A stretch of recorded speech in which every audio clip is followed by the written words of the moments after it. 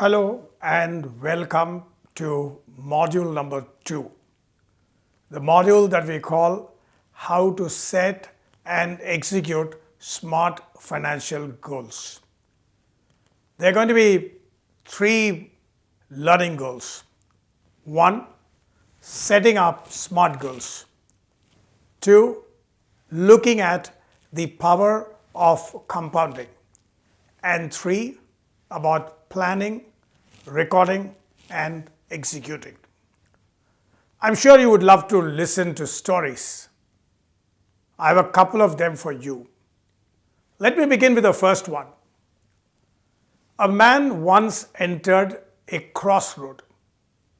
A crossroad, as you know, is a spot from where roads diverge in different directions. At that crossroad, he asked an elderly lady, "Madam, where does this road lead to?" And she asked, "Where do you want to go?" Our man said, "I don't know." To which the lady responded, "In that case, you might take any of these 4 roads." Ladies and gentlemen, boys and girls, it's absolutely important to set goals, more so when it comes to finance, more so when it comes to money. You must be clear about what you want, when do you want, how much do you want, why do you want, where from you will get, and a slew of other questions. Let me now tell you another story. This is a story that goes back in time. This is a story that is almost 60 years old, but it is still very relevant. The story happens in the Yale University, one of America's premier institutions and among the top academic temples in the world. In the year 1963, a 29-year young professor was teaching accounting for a class of 300 students. On the last day of the class, he asked them, "Hey guys, how many of you in my classroom have written down your goals in life? Have written it down on a piece of paper and have written it down in your own handwriting?" And he said, "You need to meet all these 3 requirements before you raise your hands." I don't know whether you believe it. I don't know whether you trust it. Only 9 students raised their hands. Yale is a university where the best of best brains go. And the best of best brains in the entire world, only 9 of them had written down their goals in life, written it in their own handwriting, and written it on a piece of paper. The story doesn't stop there, because if it stops there, there is no lesson that comes out of it. The story moves forward in time, fast forward, and we are now in 1993. The young professor of accounting, then 29, is now 59, and he is still teaching at the Yale University. He is still teaching accounting. At an old boys meet, the batch of 1963 reassemble. Out of the 300 people, 297 turn up. And as they enter the hall, the professor does a quick wealth check. On a piece of paper, he puts down the rough net wealth of each of these 297 people. And then, ladies and gentlemen, boys and girls, whether you believe me or whether you don't, that's your choice. Let me tell you something. The professor's finding was stunning. There were 9 people out of the 297, each of whose net wealth was greater than the combined net wealth of all the other 291. I will repeat. The net wealth of each one of the 9 people was greater than the combined net wealth of all the 291 others. And market, the 291 hadn't done bad in life. You would obviously be anxious to know who these 9 men were. These 9 were the exact same people who 30 years ago, when the professor had asked, who are the people who have set out goals in life, set it out on a piece of paper and set it out in their own handwriting, these were the 9 who had raised their hands. That is the power of goal setting. And if you want to win in the battle of earning money, saving money, investing money, and creating wealth, you will have to set out goals. I believe that there are 3 elements to a goal. There are 3 elements to a financial goal. There are 3 elements to a money goal. These are A, smart it, B, time it, and C, write it. Let's begin with the first of them, smart it. Let me say that you put out a goal which reads, I want to buy an asset. Now, by no stretch of imagination is this a smart goal. But if you were to reword it and say, I want to buy a television, that's one step towards a smart goal. Because you're now specific. You're not talking about any asset. You're talking about a television. In fact, you can make it still more specific by saying you want to buy a 36-inch Sony television. The first letter in the word specific is the first letter in the acronym SMART, S. When you say I want to buy a 36-inch Sony television, that's one step towards being a smart goal. But maybe you would like to make it measurable. If you say I want to buy a television and make it very clear that that is one, then it is measurable. You could also say that I want to buy 2 Sony televisions of 36-inch dia. That would make it measurable. At the end of the day, when you buy it, we would know how much you have bought it. The first letter in the word measurable, M, is the second letter in the acronym SMART. Now, a 36-inch Sony television would cost money. I really do not know how much it is. Let's just say it's 40,000. So if you want to buy 2 of them, you're looking at 80,000. So the third question that you should ask is it achievable? A, do I have the 80,000 with me to buy the television? Can I spare the 80,000 rupees that I have with me to buy the television? If I don't have, if I cannot spare, can I each month put aside a certain sum of money so that over a period of time, which is not very far in the future, I can buy that television? If your answer to that question is yes, then the goal is attainable. The goal is achievable. The first letter in the word attainable, the first letter in the word achievable is the third letter in the acronym SMART. So, SMART goals have to be specific, they have to be measurable, they have to be achievable. Why do you need 2 televisions? Why do you need a television at all? Is it worth it? For the kind of news that is today peddled on television, for the kind of programs that is today offered on television, is it worth it? If you think yes, it is worth it. If you think yes, there are programs there that are worth seeing, then the goal to buy a television becomes relevant. The R in the word relevant is the 4th letter in the acronym SMART. So for a financial goal, for a money goal to be meaningful, it must be specific, it must be measurable, it must be achievable, it must be relevant. But that is not the end of the story. There is one fifth and last condition that needs to be met. You want to buy a television. When do you want to buy it? Do you want to buy it 5 years from today? Do you want to buy it 10 years from today? Do you want to buy 6 months from today? You need to state that.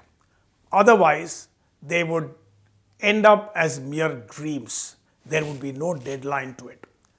If you say, I want to buy this by the 31st of August, then that becomes time bound.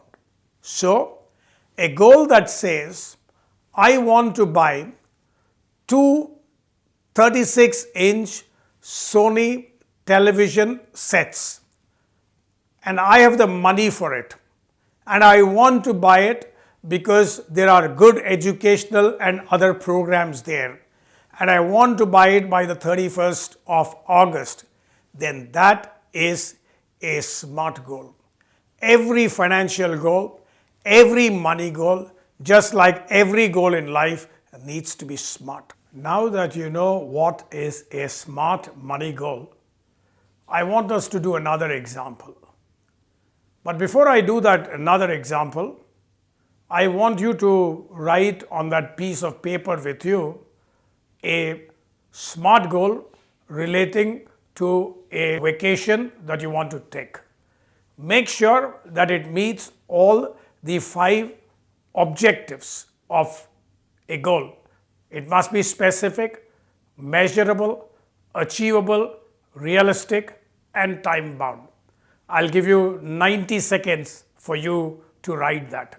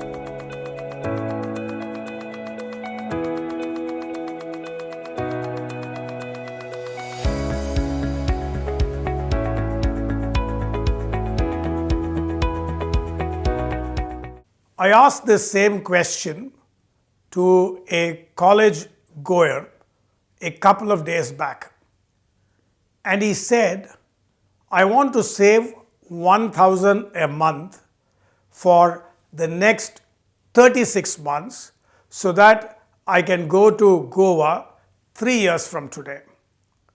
Now let's check out whether that is a SMART financial goal. It's a specific goal because it clearly says that he wants to go to Goa. He's not saying he may go to Goa, or he may go to Ooty, or he may go to Mussoorie. Is it measurable? Yes. He says that he will save 1,000 a month for the next 36 months, which means 36,000 rupees is what he expects it would cost him to go on the vacation. Is it achievable? That would obviously depend on each individual. And I would think that between the money that a dad gives a college goer and the kind of part-time work that one can do, it should be possible for a person to save 1,000 a month for the next 36 months. If it is possible, then we can say it is achievable.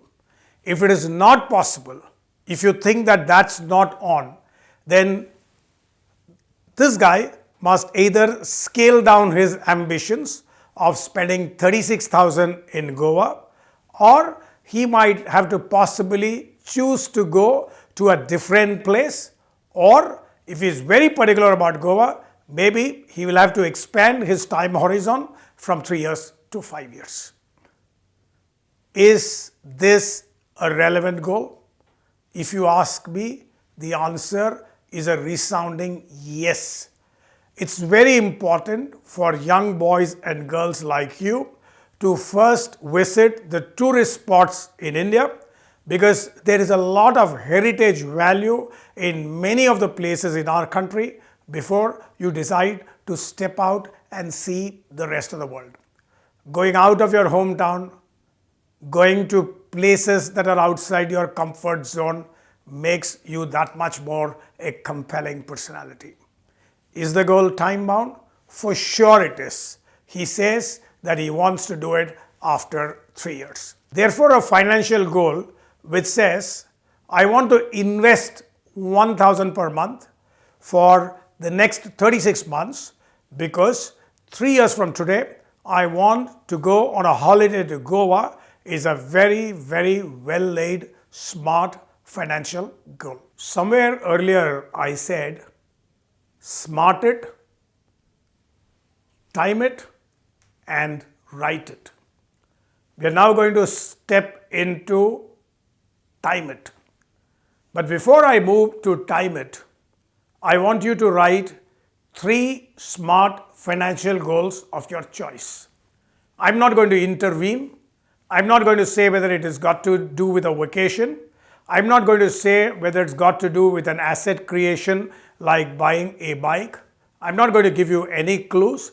I just want you to write 3 smart financial goals before we move on to time it. The second element to setting a goal is about suggesting by when it should be completed. This is called periodicity or time it. Most people talk about 3 types of time: short term, medium term, long term. For all practical purposes, that serves as a good indication. But if you wish, you could also add a 4th dimension called immediate. So you could have an immediate goal, a short-term goal, a medium-term goal, and a long-term goal. What is the time frame that we talk about in each of these? And what are some typical examples against them? That's what we'll now look into. Immediate is something that you'll seek to achieve in the next 30 days. These include something like cutting down expenses, such as limiting the mobile device plan, repaying the amount that you borrowed from a friend of yours. A second time frame is short term. It's something that ranges between 30 days and 1 year. These could include opening a savings bank account, starting to prepare a budget about which we learn soon, or it could include buying a television for yourself in your hostel room or in your PG accommodation. A third categorization is medium term. Here we are looking at anywhere between 1 to 3 years. These could include getting your own bike, traveling for a vacation, maintaining a good credit record, etc. The last category is long term, something that's beyond 3 years. You can do a lot of things in the next few years. Long term goals often take years to achieve. This will, for example, involve setting up money for the higher education of a younger brother of yours, or investing for an experiential trip abroad. The third aspect of goal setting is putting it down in writing. If you say, no, I have set my goal, They're all in my mind. I don't have to write it down. You're wrong. When you write it down, you actually take ownership for your goal. I am old-fashioned. I would prefer writing it down in my own handwriting on a piece of paper.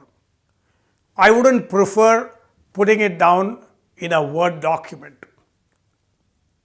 Of course, times have changed. You might like to put it down in a Word document, or you might use an app where you set your goals. The matter is one of your choice.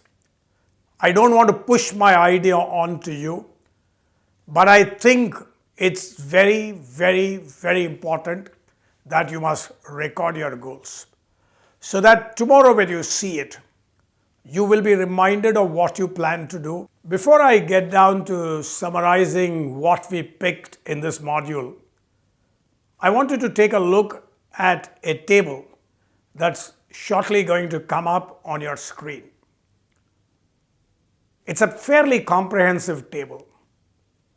I want you to fill up 2 rows. In other words, I want you to fill up 2 goals. I don't mind if you copy paste from what you had written earlier, but I want you to do it. And across the next 3-4 days, think through and put down at least 5 more goals. To sum up what we learned, it's important to have financial goals. These goals must be smart. They must be specific, measurable, attainable, realistic, and time-bound. You must segregate them into immediate goals, short-term goals, medium-term goals, and long-term goals. Most importantly, you must write them down because what is written down stays in the mind for long. What is written down is what you take ownership for. Thank you very much, and we will meet on the other side of this module.